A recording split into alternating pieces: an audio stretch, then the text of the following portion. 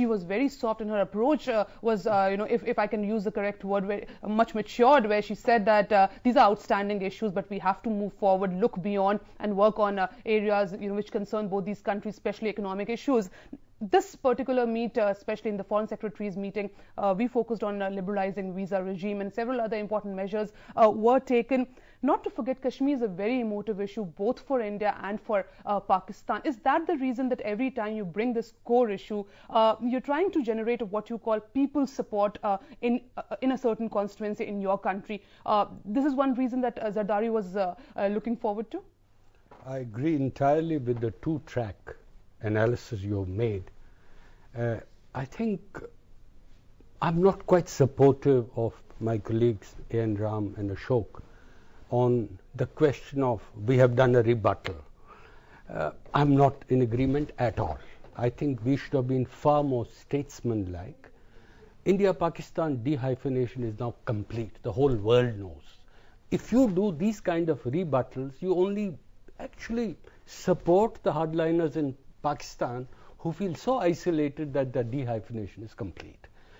I think what you said is very appropriate. Hina Rabbani Khar should have been quoted by her counterpart who answered in reply to the president. Firstly, there was a level differential. When you do a level differentiation, then S.M. Krishna is reduced to the level of a deputy PR of the Pakistan, set up in UN. I think the response to President should have come from the Prime Minister of India later. All he needed to do is what you said. Hina Rabbani Khar has said in 2011 that the issues between India and Pakistan, we will resolve them mutually in understanding. These are her words, almost precisely. That should have been quoted, and the position of Jammu and Kashmir being an integral part of India, the entire world knows. It should have been left at that. Because what has happened to my mind, India's international stature is diminished.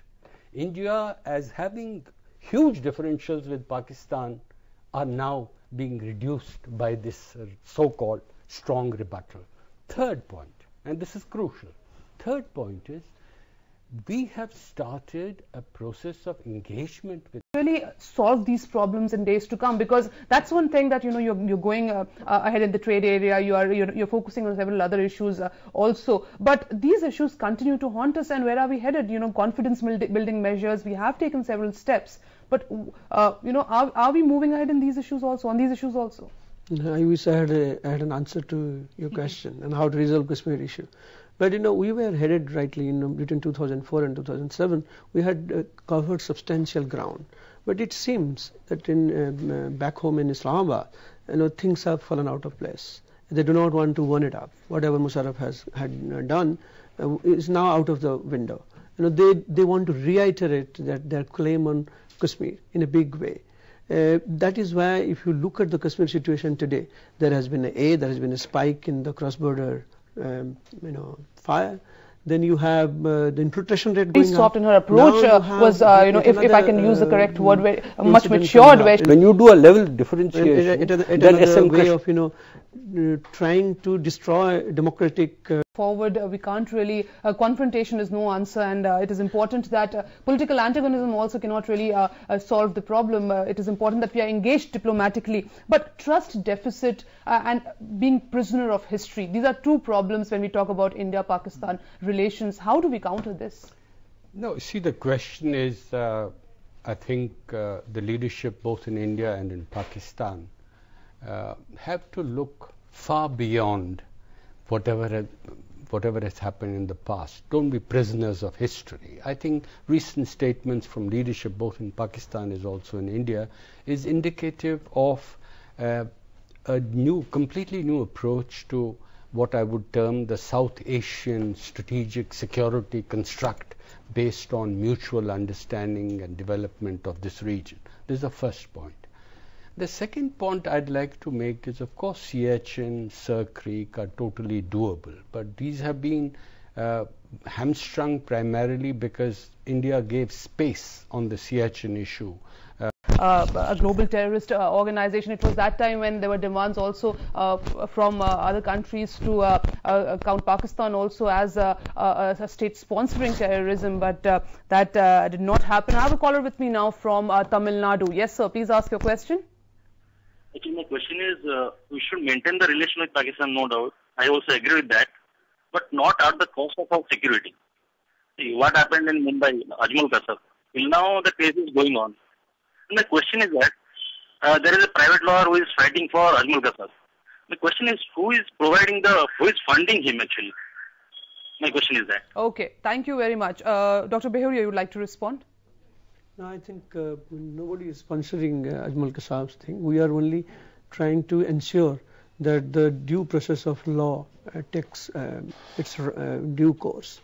That is why, the two lawyers, today they came out in the newspapers that they have to the victims they have given their fee. In that sense, I don't think anybody is sponsoring Kasab's stay but here. He raised a very important point that engaging with Pakistan should not be at the cost of security, and this is one issue which comes up again and again. What is Pakistan doing on the front of terrorism post 26/11 attacks? We in a way, all those confidence building measures, all the talks which were happening between India and Pakistan came to a halt. So important is how far Pakistan is sincere about tackling the challenge of terrorism. And I'm sorry, may I just intervene and tell you that if you remember Hina Rabbani Khan's press conference, while her president remembers Kashmir at UN, she completely happily skipped terror in her speech in Islamabad with our foreign minister. Right, and even in the foreign secretary meet, she mentioned that let's forget the past, let's move forward. Yeah, but you see, that's obviously a grand strategy of Pakistan, in a sense reflective of the foreign policy pronouncements that we hear off and on. We have to understand Pakistan's internal DNA. If you understand that, the general impulses generated in our leadership that our dialogue should be uninterruptible and uninterrupted, I think the dialogue must come to a halt. Everything must be frozen. God forbid if there is a security threat of the kind the viewer has raised in his question. So security is critical. Okay. We cannot forget terrorism. We cannot let Mumbai go past. Whether Hina Rabbani remembers it or Zardari remembers it, those are crucial right, issues. Security is the center point.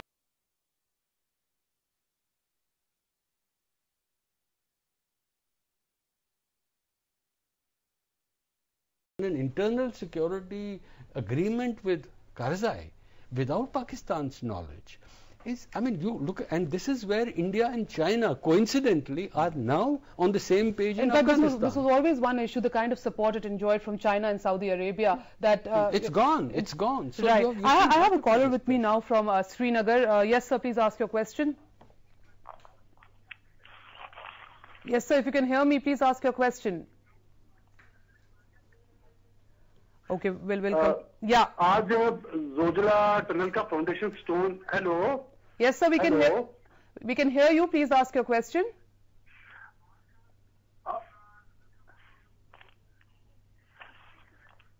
जी मेरा सवाल ये है कि आज जोजला tunnel का foundation stone Rahul Gandhi ji ने रखा है, तो वहां पे उन्होंने अपने एक बयान में कहा कि वो शेख साहब की तरह 65 साल पहले जैसे उन्होंने अपना हाथ बढ़ाया था जम्मू कश्मीर के लोगों की तरफ, वो भी आज हाथ बढ़ाना चाहते हैं. मेरा सवाल ये है कि 65 बरसों में कश्मीर को क्या एडहॉक ही डील किया जाएगा through out history? Okay, Mr. Ram, you would like to respond, then I'll take Mr. Kak's opinion. Yeah.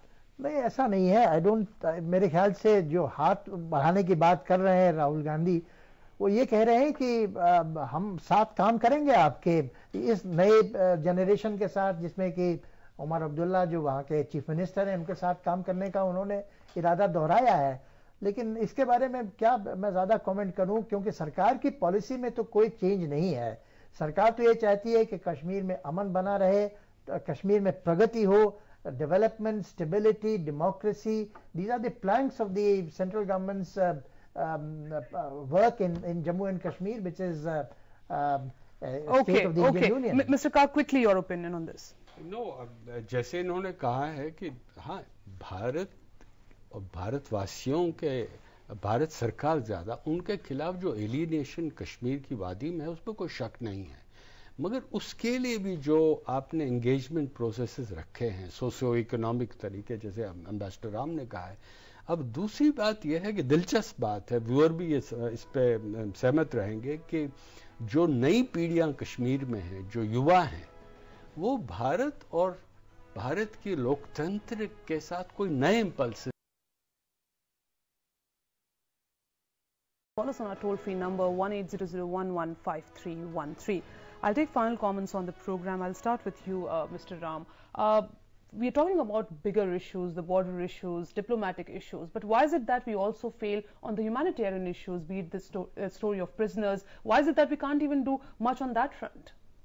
You know, one thing we must be very clear about Indo-Pak relations, that nothing dramatic is going to happen.